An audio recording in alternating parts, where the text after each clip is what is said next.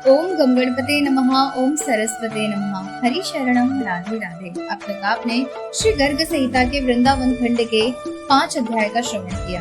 आज हम जानेंगे 6वां अध्याय, अघासुर का उद्धार और उसके पूर्व जन्म का परिचय। श्री नारद जी कहते हैं, राजन, एक दिन ग्वाल वालों के साथ बछड़े चराते हुए श्री हरि कालिंदी के निकट किसी रमणीय स्थान पर बालूचित खेलने गए।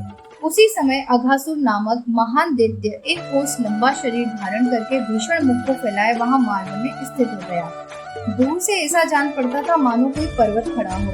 वृंदावन में उसे देखकर सब ग्वाल बाल ताली बजाते हुए बछड़ों के साथ उसके मुंह में घुस गए।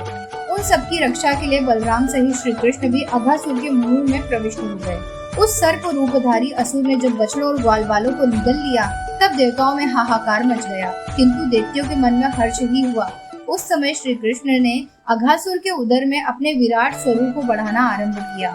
इससे अवरुद्ध हुए अघासुर के प्राण उसका मस्तक फोड़कर बाहर निकल गए। मिथिलेश्वर फिर बालकों और बछड़ों के साथ श्री कृष्ण अघासुर के मुख से बाहर निकले। जो बछड़े और बालक मर गए थे उन्हें माधव ने अपनी कृपा दृष्टि से देखकर जीवित कर दिया।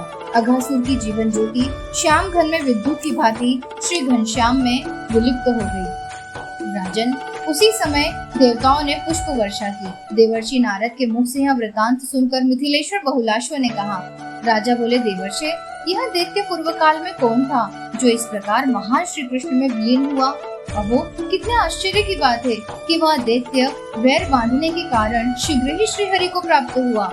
श्री नारद जी कहते हैं, राजन, शंखासुर के एक पुत्र था जो अघ नाम से विख्यात था। महाबली अघ युवावस्था में अत्यंत सुंदर होने के कारण साक्षात दूसरे कामदेव सा जान पड़ता था। एक दिन मलयाचल पर जाते हुए अष्टावक्र मुनि को देखकर अघासुर जोर जोर से हंसने लगा और बोला, यह कैसा कुरूप है?